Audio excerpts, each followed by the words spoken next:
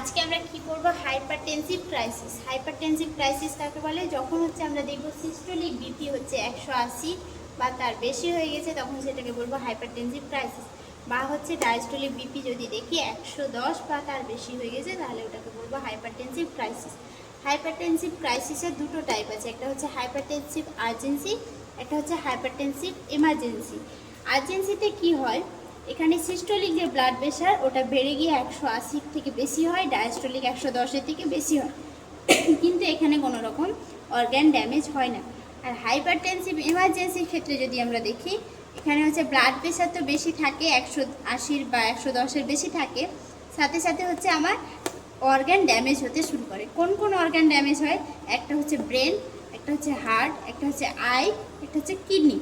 এগুলো অর্গানের মধ্যে যে কোনো একটা অর্গান যদি ড্যামেজ হয়, তাহলে আমরা ওটা বলবো হাইপারটেনসিভ এমার্জেন্সি সিচুয়েশান। বা হচ্ছে বিপি বেশি আছে আর সাথে যদি মহিলাটা প্রেগনেন্ট থাকে, তাহলে সেক্ষেত্রেও আমরা বলবো ওটা হাইপারটেনসিভ এমার্জেন্সি সিচুয়েশান।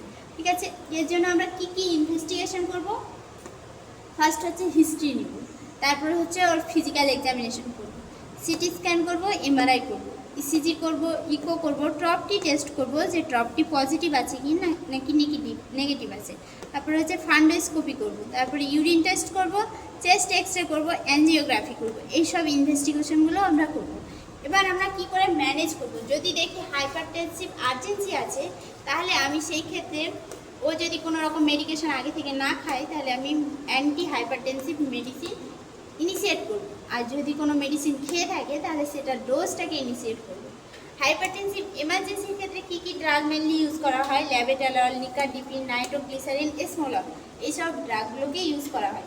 এবার একটা মহিলা যদি প্রেগনেন্ট থাকে আর ওর যদি প্রেশারটা বেড়ে যায়, তাহলে আমরা কী করি?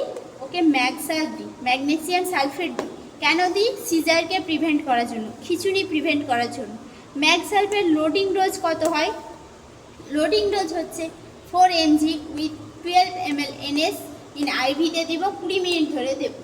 আর সাথে হচ্ছে 5 mg IM এ দেবো, দুটো বাটাক্সেই দেবো। আর মেনটেনেন্স ডোজ কী হয় ম্যাক্সালফেট? 5 mg IM দিচ্ছি, দুটো অল্টারনেট করে বাটাক্সে দিচ্ছি, কতক্ষণ পর পর? 4 ঘন্টা পর পর। এবার আমাদের যদি ম্যাগনেসিয়ামের পরিমাণ বেড়ে যায়, তাহলে ম্যাগনেসিয়াম টক্সিসিটি হতে পারে। ম্যাগনেসিয়াম টক্সিসিটি সাইন আমরা কি করে বুঝবো? রেসপিরেশন রেট যদি 12 থেকে কম হয়ে যায়, ইউরিন আউটপুট যদি 25 ml পার আওয়ার, মানে 4 ঘন্টায় যদি দেখি 100 ml এর কম আছে, বা হচ্ছে নিজ আর রিফ্লেক্স অ্যাবসেন্ট আছে, তাহলে আমরা বুঝবো যে ওর ম্যাগনেসিয়াম টক্সিসিটি হয়েছে। তখন আমরা এমজিএস ওপরটাকে হোল্ড করবো, তখন আর এটা দেওয়া যাবে না। তো এটাই হয়ে যাচ্ছে ম্যানেজমেন্ট। প্রেগনেন্টদের ক্ষেত্রে কীভাবে ম্যানেজ করবো। তাহলে আমরা আজকে কি বললাম? হাইপারটেনসিভ ক্রাইসিস কি, হাইপারটেনসিভ ক্রাইসিসের টাইপ কি, কিভাবে আমরা ওটা ইনভেস্টিগেট করব, কি করে ম্যানেজ করব, আর প্রেগনেন্ট মায়েদের ক্ষেত্রে কোন মেডিসিনটা দেওয়া হয়।